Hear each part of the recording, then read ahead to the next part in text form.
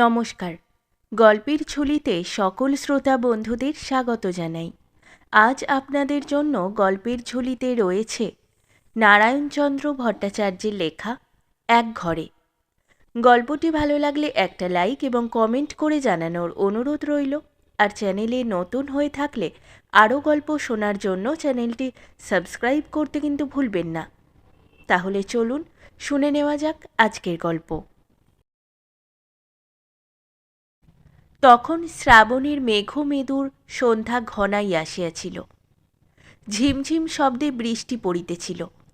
থাকিয়া থাকিয়া গুরু গম্ভীর রবে মেঘ ডাকিয়া উঠিতেছিল।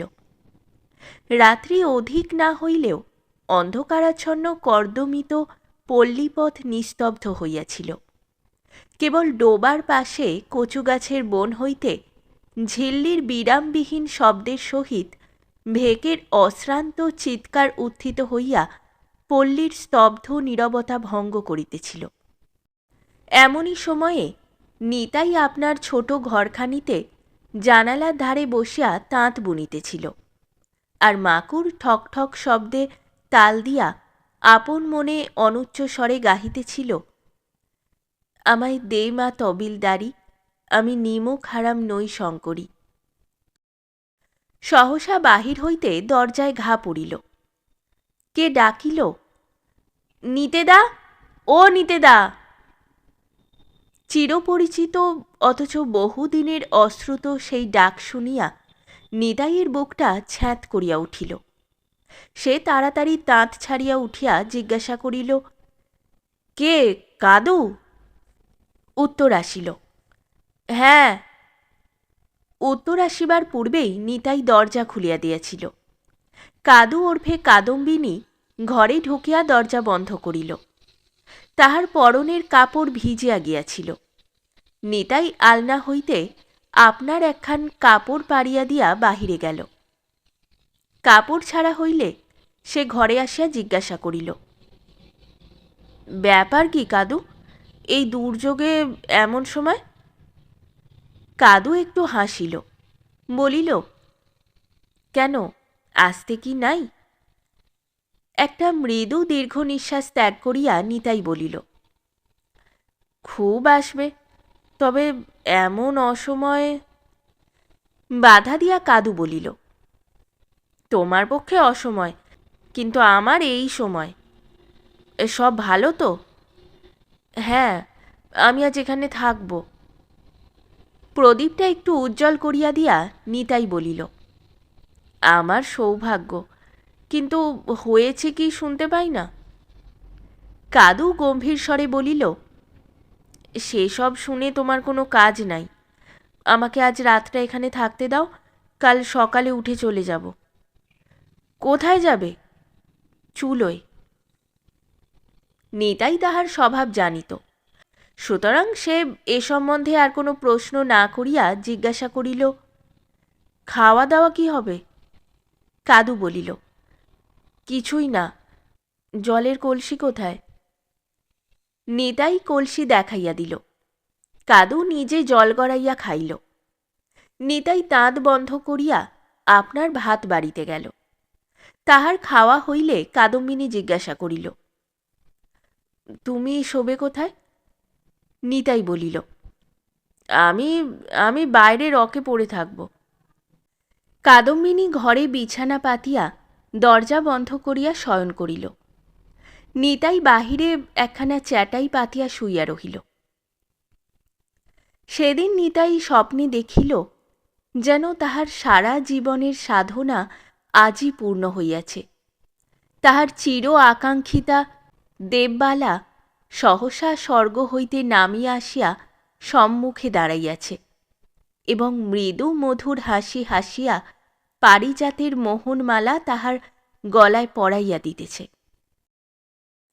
সে আজ 10-12 বছর আগেকার কথা। তখন কাদম্বিনী 11 বছরের মেয়ে, আর নিতাই 21 বছরের যুবক। তখন উভয়েরই জীবন মুকুল সবেমাত্র প্রস্ফুটিত হইতেছে। উভয়েই জীবনের প্রথম সোপানে দণ্ডায়মান হইয়া সংসারের বিচিত্র ঐন্দ্রজালিকতায় বিমুগ্ধ হইয়াছে।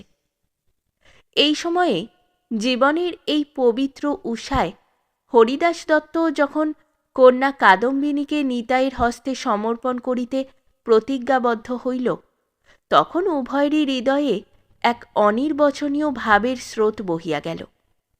তাহাদের বাল্যের সুখ স্বপ্ন জীবনের প্রকৃত আনন্দ স্বপ্নে পরিণত হইতে চলিল। কিন্তু যাহা হইবার নহে তাহা হইল না। অল্পদিন পূর্বে কাদম্বিনীর মাতৃবিয়োগ হওয়ায় হরিদাস গৃহস্থালিতে গৃহিণীর অভাব অনুভব করিয়া কাদম্বিনীর এক বিধবা মাসিকে ঘরে আনিয়া রাখিয়াছিল। বিধবার স্বভাব চরিত্র মন্দ না হইলেও তখন তাহার বয়স যায় নাই, সুতরাং 5 জনে 5 কথা বলা বলি করিতে লাগিল। কিন্তু হরিদাস তাহাতে টলিল না। সে একদিন এ বিষয়ের তীব্র প্রতিবাদ করিয়া পাড়ার 2-1 জন মাতব্বরকে 2-4 কথা শুনাইয়া দিল। ইহার ফলে হরিদাসকে শীঘ্রই সমাজচ্যুত জাতিচ্যুত হইয়া এক ঘরে হইতে হইল। কাদম্বিনীর বিবাহ বন্ধ হইয়া গেল। সমাজচ্যুত হরিদাসের মেয়েকে বিবাহ করিয়া নিতাই সমাজচ্যুত হইতে রাজি হইল না। নিতাই রাজি হইলেও তাহার পিতার এ বিষয়ে সম্পূর্ণ অমত ছিল। এমনকি পিতার ভয়ে সমাজচ্যুতির আশঙ্কায় নিতাইকে কাদম্বিনীদের বাড়িতে যাতায়াত পর্যন্ত ত্যাগ করিতে হইল। কাদম্বিনী একদিন তাহাকে বুঝাইয়া বলিল যে কথাটা সম্পূর্ণ মিথ্যা। নিতাই বলিল, মিথ্যা তা জানি, কিন্তু 5 জনে তো সে কথা বোঝে না। কাদম্বিনী রাগিয়া বলিল, তবে কি তোমার 5 জনই বড় হল? নিতাই উত্তর করিল, সমাজে থাকতে হলে 5 জনকে ছাড়া যায় না। রাগে কাদম্বিনীর কান্না আসিয়াছিল, কিন্তু অতি কষ্টে সে তাহা রোধ করিল। নিতাই শুধু একটা দীর্ঘ নিঃশ্বাস ফেলিয়া চলিয়া গেল। অল্পদিনের মধ্যেই এক 5ম বর্ষিয়া কন্যার সহিত নিতাইয়ের বিবাহ দিয়া নিতাইয়ের পিতা পরলোকে চলিয়া গেল। কয়েক মাস পরে কাদম্বিনীর মাসি মারা গেল। হরিদাস সকলের হাতে পায়ে ধরিয়া কিছু দণ্ড দিয়া বিবাদ মিটাইয়া ফেলিল। তারপর বিপত্নিক বৃদ্ধ মহাজন উদ্ধব দাসের নিকট 400 টাকা কন্যাপণ লইয়া তাহার হস্তে কাদম্বিনীকে সম্প্রদান করিল।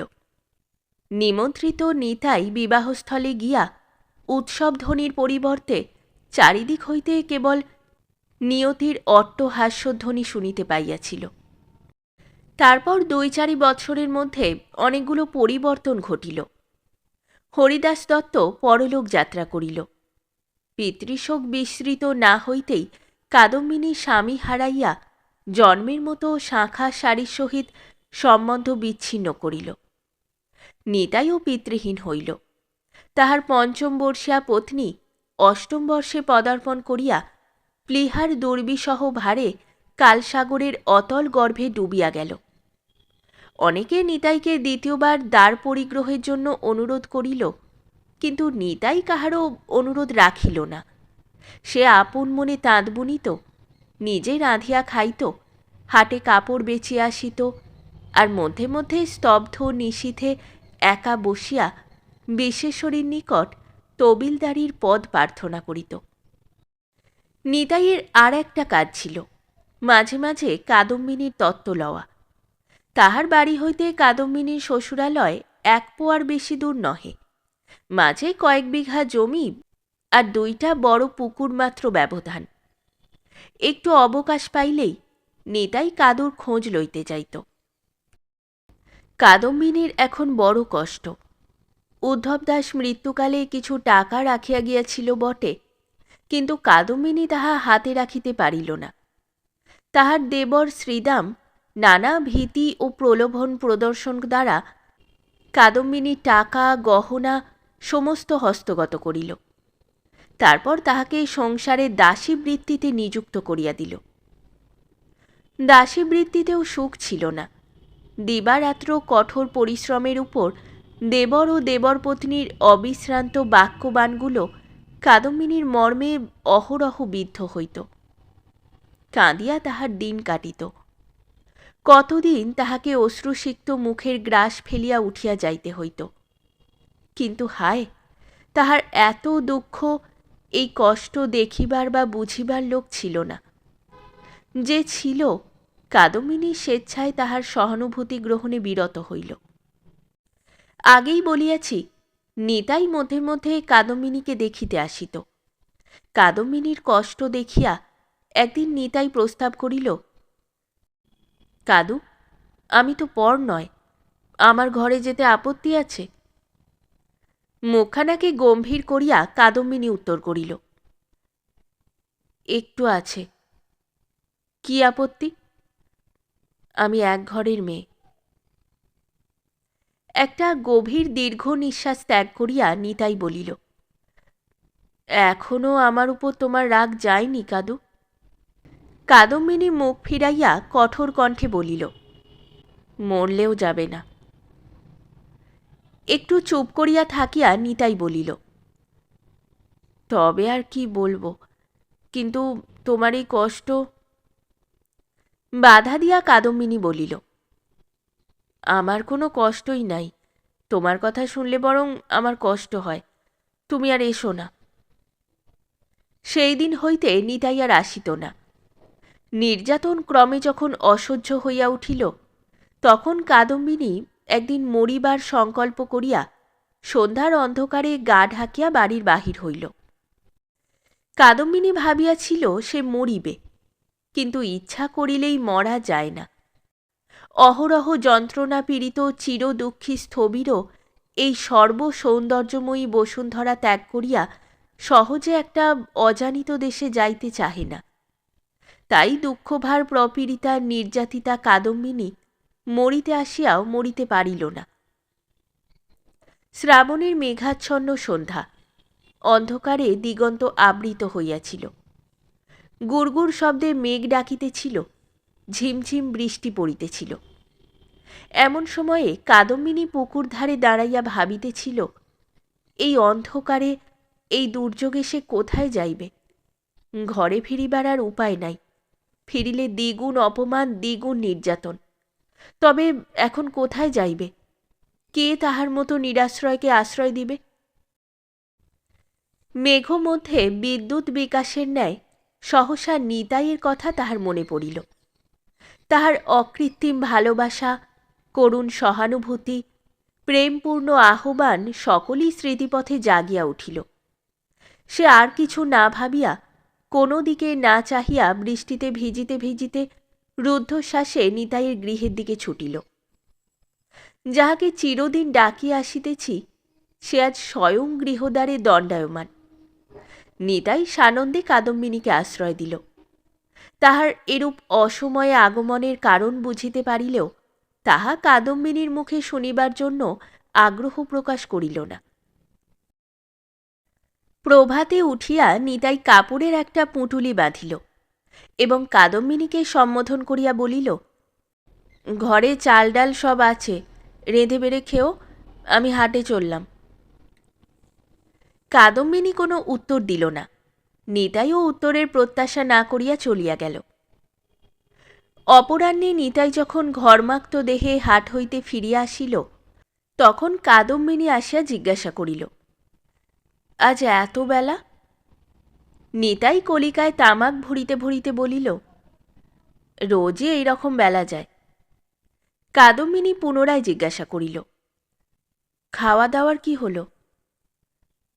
শুষ্ক মুখে ঈষৎ হাসিয়া নিতাই উত্তর করিল, এখনো কিছু হয়নি, এবার হবে। কাদম্বিনী নারী জনসুলভ কোমল কণ্ঠে বলিল, তামাক রাখো, নিয়ে এসে ভাত খাও, বেলা কি আর আছে? হুঁকার ছিদ্র হইতে মুখ না সরাইয়াই নিতাই একটু হাসিল। এমন অনুরোধটা তাহার কানে যেন সম্পূর্ণ নূতন ঠেকিল। তারপর নিতাই স্নান সারিয়া আসিয়া যখন দেখিল কাদম্বিনী ভাত বাড়িয়া তাহার জন্য অপেক্ষা করিতেছে, তখন হাসির পরিবর্তে অজ্ঞাতে তাহার চোখ দিয়া 2 ফোঁটা জল গড়াইয়া পড়িল। আহারে বসিয়া নিতাই চিরপরিচিত অন্ন ব্যঞ্জনের মধ্যে আজ যেন একটা নূতনত্বের স্বাদ পাইল। সে খাইতে খাইতে জিজ্ঞাসা করিল, তোমার খাওয়া হয়েছে কাদু? কাদম্বিনী বলিল, কি করে হবে? তুমি এই আসবে ভেবে বসে আছি, তোমার আর দেখা নাই। নিতাই তাড়াতাড়ি আহার শেষ করিয়া উঠিল এবং মুখ হাত ধুইয়া তামাক সাজিতে বসিল।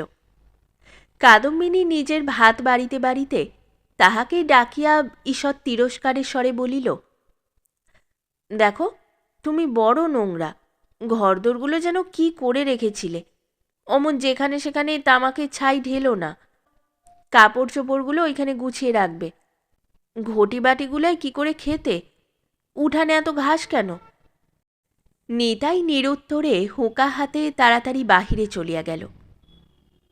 সদয় দাস আসিয়া জিজ্ঞাসা করিল, কি হে, আজ হাটে কেমন লাভ হলো? নিতাই তাহার হাতে হুঁকাটা দিয়া সগর্ব হাস্যে বলিল, খুব, এমন একদিনও হয়নি। একদিকে লাভ খুঁজিতে গেলে অন্যদিকে লোকসান সহ্য করিতে হয়, ইহাই সংসারের নিয়ম। সুতরাং নিতাইয়ের একদিকে যেমন যথেষ্ট লাভ হইল, অন্যদিকে তেমনি যথেষ্ট লোকসানেরও সূত্রপাত হইল। এই লোকসানের মূলে ছিল শ্রীদাম দাস। বিনা বেতনের দাসীটিকে হারাইয়া শ্রীদাম ও শ্রীদামের স্ত্রী যে যথেষ্ট লোকসান অনুভব করিতেছিল, ইহা বলাই বাহুল্য। এই ক্ষতির নিবারণকল্পে তাহারা অনেক চেষ্টা করিল।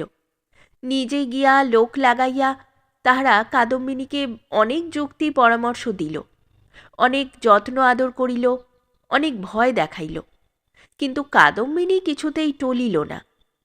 তখন শ্রীদাম অগত্যা নিতাইয়ের শরণাপন্ন হইল, কিন্তু নিতাইও অচল অটল। সে কাদুকে তাহার নির্ভর আশ্রয় হইতে বিচ্যুত করিতে সম্মত হইল না। সর্বথা নিরাশ হইয়া শ্রীদাম অবশেষে ইহার একটা প্রতিশোধ লইবার সংকল্প করিল। সে নিতাই ও কাদম্বিনীর নামে কতগুলা কুৎসিত কথা রটনা করিল। সে কথায় কেহ সহজে বিশ্বাস না করিলেও কথাটা লইয়া পাঁচজনে কানা ঘুষা করিতে লাগিল।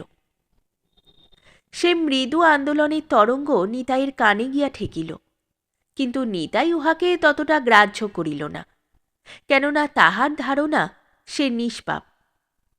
মূর্খ নিতাই জানিত না যে ঈশ্বরের বিধানে কেবল পাপের শাস্তি থাকিলেও মানুষের বিধানে অনেক সময় পুণ্যেরও শাস্তি হইয়া থাকে।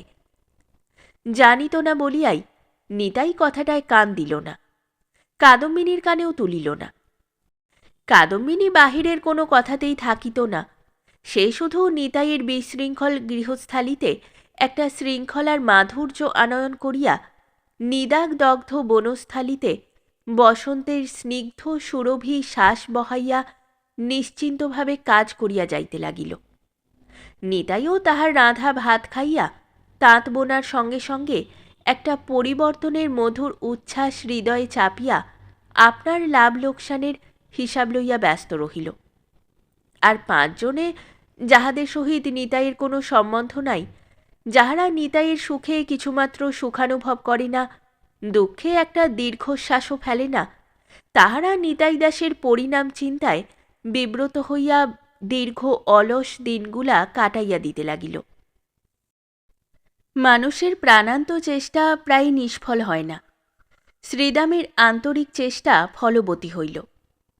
শ্রাবণের শেষে সদয় দাসের কন্যার বিবাহ।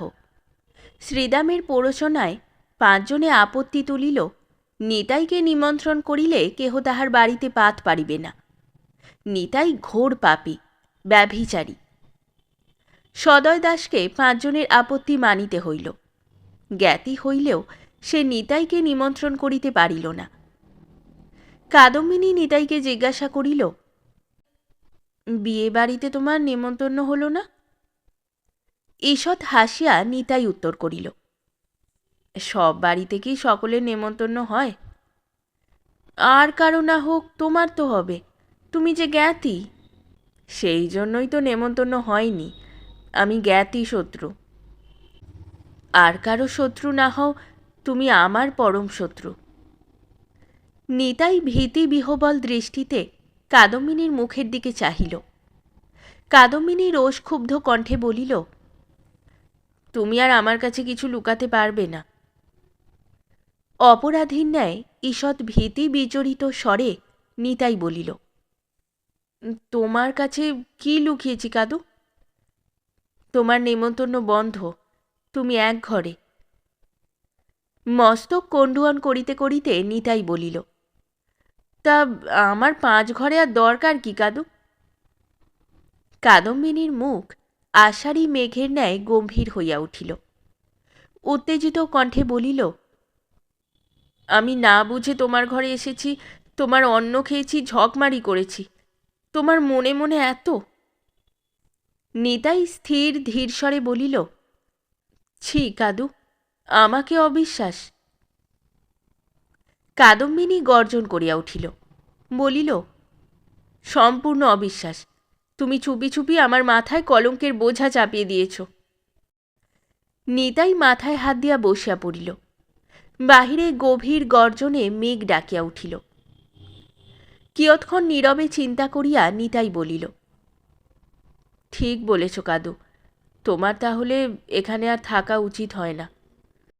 আমিও তাই ঠিক করেছি। কিন্তু কোথায় যাবে? জমালয়। একটু ভাবিয়া নিতাই বলিল, আমার এক মাসি আছে, সেখানে যাবে? দৃঢ় স্বরে কাদম্বিনী বলিল, না, আমি চললাম। একটা দীর্ঘ নিঃশ্বাস ত্যাগ করিয়া নিতাই বলিল, এই দুর্যোগে এখনই? এখনই, এই দণ্ডে। দ্বিতীয় বাক্যব্যয় না করিয়া কাদম্বিনী বাহির হইয়া পড়িল। তখন নৈশ অন্ধকারে দিগন্ত আচ্ছন্ন হইয়াছিল। গড়গড় শব্দে মেঘ ডাকিতেছিল, মেঘের উপর বিদ্যুৎ নাচিতেছিল। বৃষ্টির ঝরঝর শব্দে রজনীর গভীর নিস্তব্ধতা গভীরতর হইতেছিল। এই অন্ধকার ও বৃষ্টিধারার মধ্য দিয়া কাদম্বিনী যে পথে আসিয়াছিল সেই পথে চলিল। নিতাই শুষ্ক দৃষ্টিতে তাহার দিকে চাহিয়া চাহিয়া রুদ্ধ কণ্ঠে একবার ডাকিল, ফিরে এসো কাদু, ফিরে এসো। মেঘের গুরু গর্জনে তাহার রুদ্ধ কণ্ঠস্বর মিলাইয়া গেল। কাদম্বিনী ফিরিল না, একবার ফিরিয়া চাহিলও না। একটা বৃষ্টির ঝটকা আসিয়া নিতাইয়ের আকুল দৃষ্টি রুদ্ধ করিয়া দিল। তখন পাশের বিবাহ বাড়িতে ঘন ঘন শাঁখ বাজিতেছিল। হুলুধ্বনিতে উৎসবের আনন্দ কল্লোল মেঘাচ্ছন্ন আকাশে ছড়াইয়া পড়িতেছিল। আর নিতাই অন্ধকারময় ক্ষুদ্র গৃহকুটিরে পড়িয়া আপনার আকুল হৃদয়ের ব্যর্থ প্রতিধ্বনি শুনিতেছিল, ফিরে এসো ওগো, ফিরে এসো।